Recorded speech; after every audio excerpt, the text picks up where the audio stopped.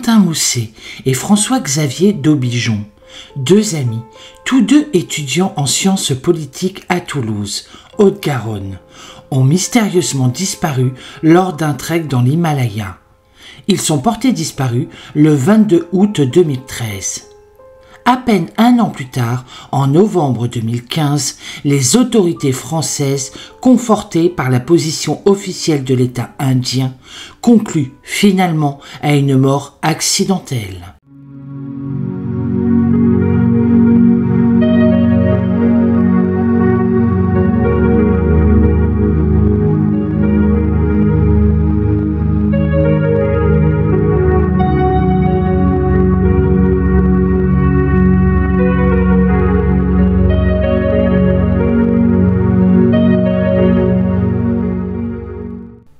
Aloha, j'espère que vous allez bien. On se retrouve aujourd'hui pour plusieurs affaires de disparition. Elles se sont déroulées au Népal ainsi qu'en Himalaya.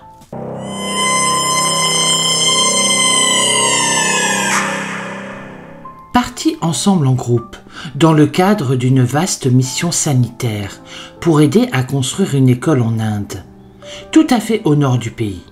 Ils ont entrepris de gravir la montagne du Dhauladhar, un sommet culminant à près de 6000 mètres d'altitude, en fin de séjour, juste avant de rentrer en France. Mais c'est un sommet dont ils ne reviendront pas. Ils faisaient initialement partie d'un groupe d'une trentaine de randonneurs, groupe qu'ils ont abandonné en fin de compte pour aller solo gravir un haut sommet qui les attirait. Même si les conditions générales étaient quand même très défavorables à une telle expédition. Ils partent à deux, sans guide ni accompagnateur. Ils sont nettement sous-équipés. Ils sont trop peu chaudement vêtus. En Inde, c'est la saison de la mousson. L'oxygène se raréfie dangereusement au-delà de l'altitude de 4500 mètres. Ils ont emporté peu ou en tout cas pas assez de vivres avec eux. Leur décision, qui marquera la première phase du drame, reste à ce jour largement incomprise. Leur mystérieuse disparition ayant été portée à la connaissance des autorités locales. Leurs amis, n'obtenant plus de nouvelles de leur part au bout de quelques jours, ces derniers organisent alors des recherches, mobilisant des guides de haute montagne et des détachements de l'armée indienne, afin de localiser les deux jeunes Français. Mais après 4 semaines de recherche, pédestres et aériennes, cela restera vain, ne serait-ce que parce que la zone de disparition présumée est immense et les conditions de recherche particulièrement ardues. Malgré ces résultats négatifs qui leur sont relayés par les autorités françaises, les parents de Valentin et de François-Xavier espèrent pourtant encore pendant de longs mois, sans preuve de leur mort, « Nous ne pouvons nous y résoudre », confie Christine, la mère de Valentin. C'est certes compréhensible de la part d'une mère. Même si des accidents surviennent régulièrement dans ces contrées reculées, fort prisées des trekkers, mais où hélas les secours mettent souvent longtemps à être sollicités et donc à pouvoir intervenir. Il y a quelques mois, Paul Ray, le colocataire de Valentin Mousset, à Toulouse, qui a, lui aussi, toujours gardé un fond d'espoir, expliquait quant à lui que personne ne peut affirmer qu'ils sont vivants, mais personne ne peut non plus certifier qu'ils sont décédés. Le mystère reste entier car les autorités locales n'ont rien trouvé, certes. Cet espoir, même faible, durera jusqu'à l'arrivée de l'automne 2013, quand, en octobre 2013, un témoignage sème le doute dans l'esprit des familles, mais aussi des autorités locales. En effet, un berger de montagne dit avoir localisé des vêtements, quelque part là-haut, sur un sentier. La cellule de crise du Quai d'Orsay, qui avait été mise en sommeil sur ce sujet un peu avant, est finalement réactivée pour vérifier ces renseignements intéressants et pour pouvoir les authentifier. Une équipe de 25 personnes est alors constituée pour mener aussi rapidement que le permettent les alliances diplomatiques entre les deux pays, mais ce sera très long, des investigations plus poussées, au cœur même de l'Himalaya indien, là où ces mêmes indices avaient été signalés. Mais malheureusement, l'expédition est revenue bredouille, sans aucune preuve tangible privilégiant un scénario ou un autre. Regrette amèrement Yves-Marie, le père de Valentin Mousset. Pourtant, à ce moment-là, et de façon fort curieuse, les autorités indiennes et françaises ont décidé de boucler le dossier, estimant avoir fait tout ce qui était en leur pouvoir. Se désolent-ils ? Désormais sur place, ils ne chercheront plus les deux garçons. La page semble déjà tournée. Le rapport définitif, résultant des recherches qui avaient été menées entre le 16 et le 20 septembre 2014, conclut bien à une mort accidentelle, quasi probable, mort survenue suite à une chute dans un glacier ou à un torrent de montagne. Pour beaucoup, famille, profane, mais aussi randonneurs aguerris, c'est quand même un peu court, pas du tout étayé de faits, de témoignages, de preuves ou de constatations irréfutables. On n'a rien en fait. Et les parents et les amis ne sont pas convaincus du tout par ce qu'ils dénomment être une simple théorie. Yves-Marie, le père de Valentin, s'est rendu sur place à McLeod Ganj, point de départ incontournable de très nombreux treks dans la région, accompagné de guides de haute montagne. Là aussi, sans plus de succès malheureusement.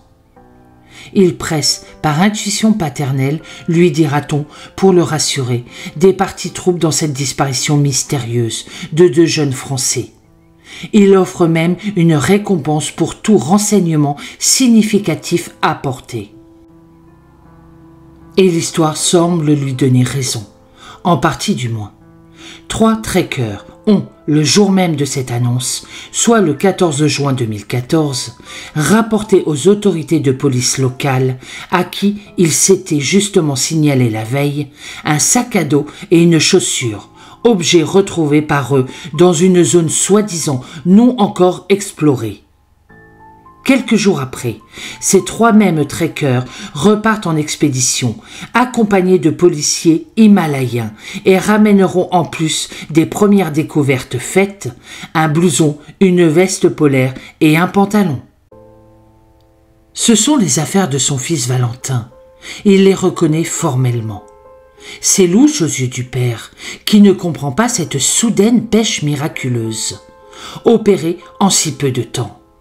D'autant que l'un des trekkers l'avait déjà accompagné dans sa propre expédition de juin dernier, et qu'un second, non identifié par la suite par les autorités locales, ne donnera plus de nouvelles à l'issue.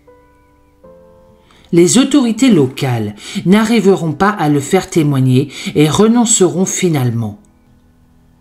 Il faudra plus de 7 mois de démarches officielles, souvent longues et quelquefois même pinailleuses, émaillées aussi de lenteurs administratives extraordinaires pour qu'enfin, en mai 2015, ces affaires retrouvées lui soient adressées, en France par le canal diplomatique. Notons que seules des affaires appartenant à Valentin avaient été découvertes.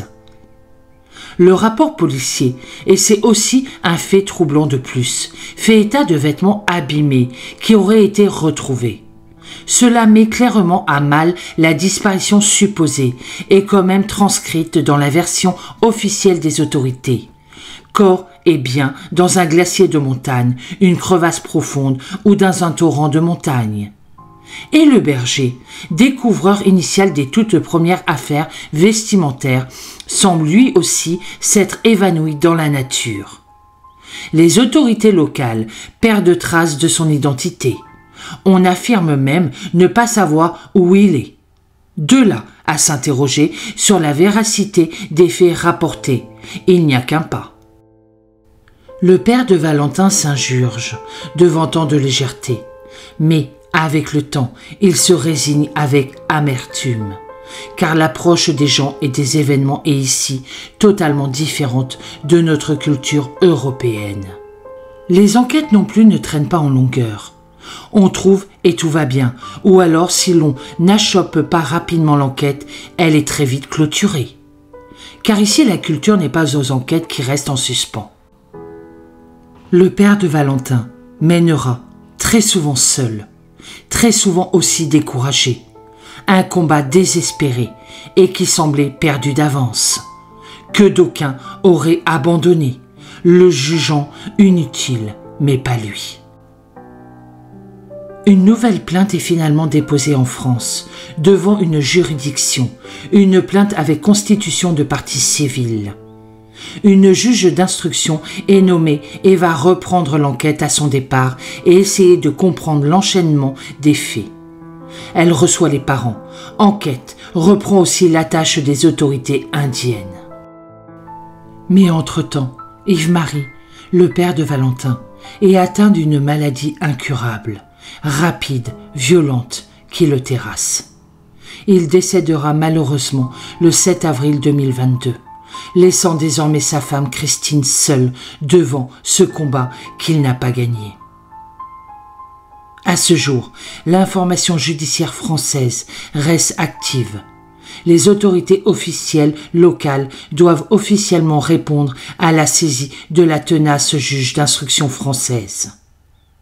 Et leurs réponses, qu'on espère plus argumentées, sont attendues avec une impatience non dissimulée face à ces deux disparitions inexpliquées.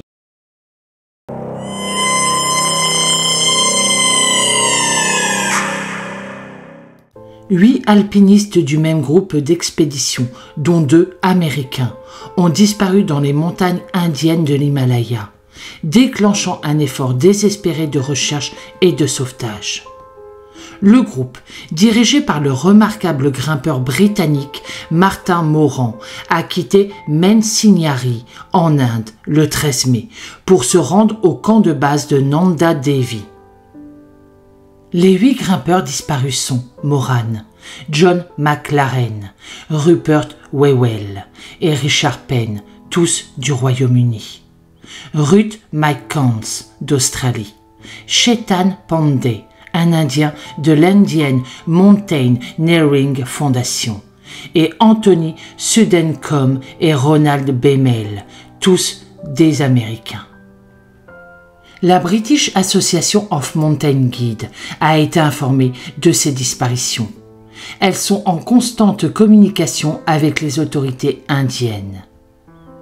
Le grimpeur britannique Nigel Vardy, qui a déjà été bloqué sur le mont McKinley, le plus haut sommet des États-Unis, et qui s'est fait amputer les orteils, les doigts et le nez en raison d'une engelure, est un ami de Moran. Il l'a qualifié de l'un des meilleurs guides du Royaume-Uni et de incroyablement compétent dans une interview accordée dimanche à ABC News. Moran a fondé le groupe d'escalade Moran Mountain, qui a déclaré dans un communiqué sur Facebook « Nous travaillons avec les autorités et la British Association of Mountain Guides pour recueillir des informations sur l'équipe de l'expédition Nanda Devi Est. Par respect pour les personnes impliquées et leurs familles, nous ne ferons aucun autre commentaire pour le moment. » Une équipe de sauvetage a été envoyée au camp de base de Nanda Devi, y compris du personnel du Fonds d'État de secours en cas de catastrophe, de la police de la frontière indo-tibétaine et d'une équipe de médecins. Un hélicoptère a également été envoyé, mais n'a pu atterrir jusqu'à présent en raison de conditions météorologiques défavorables. Pour l'instant, malheureusement, il n'y a pas d'autres nouvelles. Les dangers de l'escalade ont fait l'objet d'un examen plus approfondi ces dernières semaines en raison de la mort de près d'une douzaine de personnes grimpant le mont Everest, qui est également situé dans l'Himalaya. Comme le déclarera Vardy, avoir été porté disparu dans les montagnes moi-même auparavant, j'ai eu la chance de sortir en un seul morceau. Je prie juste pour que Martin et l'équipe soient dans une position similaire.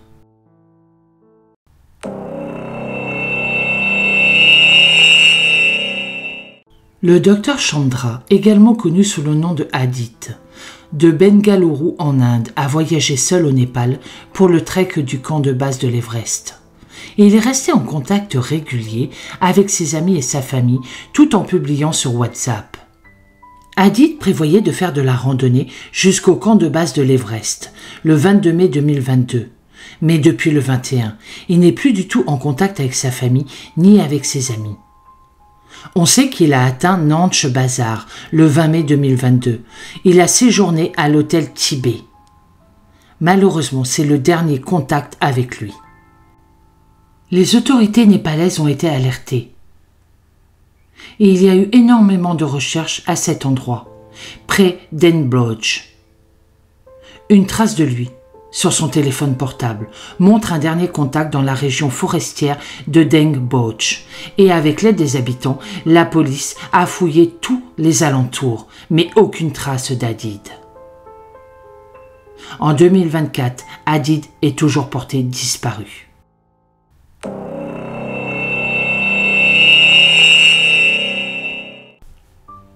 Cory van Weigel a disparu lors du mardi Himal Trek dans la région d'Annapurna. Elle a 49 ans. Le dernier emplacement connu de Cory était au camp de base de Mardi Himal, le 20 février, où une photo d'elle a été prise. Personne ne sait qui a pris cette photo, car elle était censée faire de la randonnée seule. On ne sait pas non plus qui a envoyé cette photo à ses amis. Le 21 février vers 10h, elle était au camp Finstay Lodge Aikan. Cory a les cheveux blonds mi-longs. Elle a l'habitude de faire des randonnées. Elle est assez aguerrie. Plusieurs témoins ont confirmé qu'elle voulait prendre un raccourci sur le Mardi Himal Aikan à Seiding. Malheureusement, à ce jour, elle n'a pas été revue.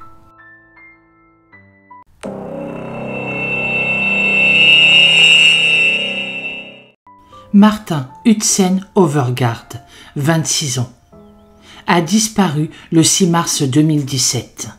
Le matin 6 mars 2017, Martin part seul pour une randonnée jusqu'au sommet de Tserkori, dans l'Himalaya. Il a laissé des vêtements à la maison d'hôte et il a dit qu'il reviendrait, mais il ne l'a jamais fait. Ses amis et sa famille n'ont pas eu de nouvelles de lui depuis le 2 mars. Les dernières personnes à avoir été en contact avec Martin étaient un groupe de randonneurs et leur guide au sommet vers 13h30. Ces randonneurs sont descendus de la montagne en utilisant un itinéraire de contournement indiqué par la flèche bleue sur la photo ci-dessous. Mais ils soupçonnent que Martin a peut-être emprunté un itinéraire différent.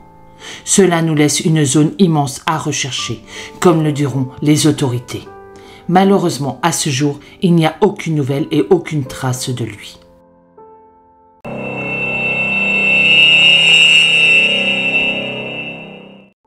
Nassim Nador, un ressortissant français, a disparu le 7 novembre 2016. Nassim, un ressortissant français de 38 ans, faisait de la randonnée dans la région de l'Everest lorsqu'il est tombé dans la gorge de la rivière Inmadja Kola, près de Dibuj, le 7 novembre 2016. Il revenait d'une randonnée du camp de base de l'Everest. C'était sa première randonnée au Népal. Une fouille aérienne a été immédiatement effectuée pour le retrouver, mais malheureusement sans succès. Une semaine plus tard, une équipe de sauvetage de 10 personnes, dont 7 alpinistes de l'association des instructeurs d'alpinisme du Népal et 3 membres de l'association du canoeing du Népal, a effectué une fouille. L'équipe a effectué une grande recherche à travers 10 km pendant 5 jours. Mais malheureusement, le corps de Nassim n'a jamais été retrouvé.